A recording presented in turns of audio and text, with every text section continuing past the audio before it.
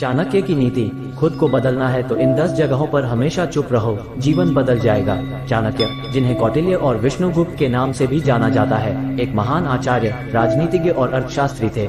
उनकी नीतियों और शिक्षाओं ने सदियों से लोगों को प्रेरित और मार्गदर्शित किया है। चाणक्य ने अपने जीवन और अनुभवों के आधार पर कई महत्वपूर्ण शिक्षाएं दी।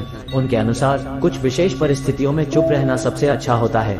यह न केवल हमारे लिए फायदेमंद होता है, बल्कि हमारे जीवन को बदल सकता है। आज हम चाणक्य के इस महत्वपूर्ण सिद्धांत को समझेंगे और जानेंगे कि किन 10 जगहों पर हमें चुप रहना चाहिए ताकि हमारा जीवन बेहतर हो सके।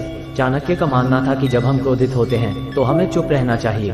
क्रोध के समय कही गई बातें अक्सर हमें पछतावे में डाल सकती हैं और हमारे रिश्तों को नुकसान पहुंचा सकती हैं।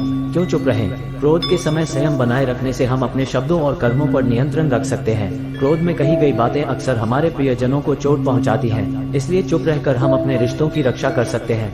क्रोध के समय चुप रहने से हमारा मन शांत रहता है और हम सही निर्णय ले सकते हैं। चाणक्य के अनुसार जब कोई हमारी आलोचना करता है तो हमें चुप रहना चाहिए। आलोचना को सुनना और उसे सहन करना हमें अधिक मजबूत और समझदार बनाता है। क्यों चुप रहें? आलोचना को शांतिपूर्वक सुनने से हम अपनी गलतियों को समझ सकते हैं और उन्हें सुधार सकते हैं। आलोचना के समय चुप रहने से हमारा अहंकार नियंत्रित रहता है और हम विनम्र बने रहते हैं। नकारात्मकता से बचें। आलोचना के जवाब में कुछ कहने से हम अनावश्यक विवादों में पड़ सकते हैं, इसलिए चुप रहना बेहतर होता है। चाणक्य का कहना था कि जब हमें किसी विषय की पूरी जानकारी न हो तो हमें चुप रहना चाहिए। अनजान विषय पर बोलने से हम मूर्ख प्रतीत हो सकते हैं। क्यों चुप रहें? अनजान विषय पर बोलने से हम अपनी समझ की कमी को उजागर कर सकते हैं, इसलिए चुप रहना बेहतर है। जो चुप रहकर हम दूसरों की बातें सुन सकते हैं और उस विषय पर अधिक जानकारी प्राप्त कर सकते हैं। सम्मान और प्रतिष्ठा। अपनी अज्ञानता को स्वीकार करना हमें अधिक सम्मान और प्रतिष्ठा दिला सकता है। समाधान निकालने के लिए सही समय का इंतजार कर सकते हैं। सम्मान और समझ। झगड़े के समय चुप रहकर हम दूसरे व्यक्ति के दृष्टिकोण को समझ सकते हैं और उसे सम्मान दे सकते हैं। चाणक्य का मानना था कि जब हम दुखी होते हैं तो हमें चुप रहना चाहिए। दुख के समय कही गई बातें अक्सर हमारी भावनाओं को और बढ़ा सकती हैं। क्यों चुप रहें? आत्मनिरीक्षण करें। चुप रहकर हम अपने दुख के कारणों का आत्मनिरीक्षण कर सकते हैं और उन्हें समझ सकते हैं। शांति प्राप्त करें। दुख के समय चुप रहने से हमारा मन शांत रहता है और हम अपने भावनाओं को नियंत्रित कर सकते हैं। समाधान की खोज।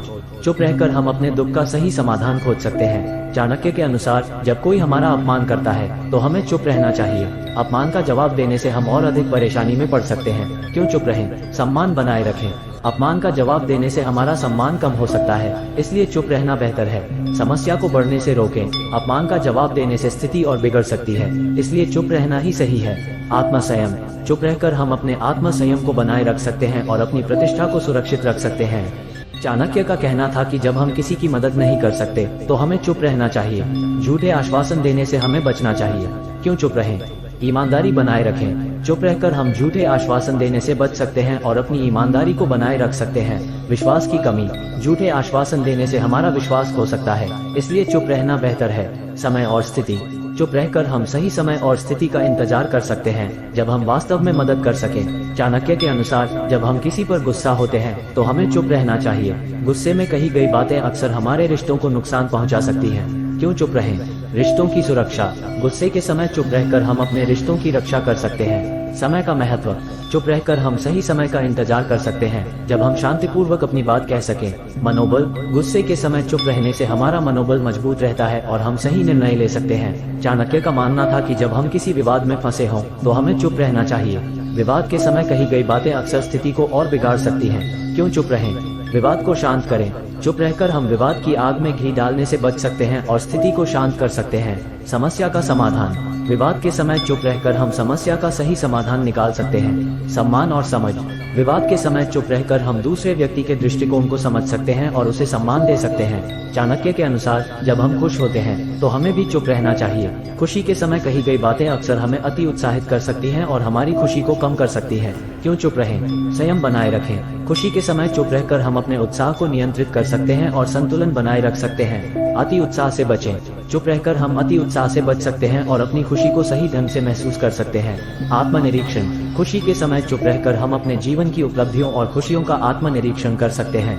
आइए आज से ही इन सिद्धांतों को अपने जीवन में अपनाएं और चाणक्य के मार्गदर्शन में अपने जीवन को बेहतर बनाएं। धन्यवाद।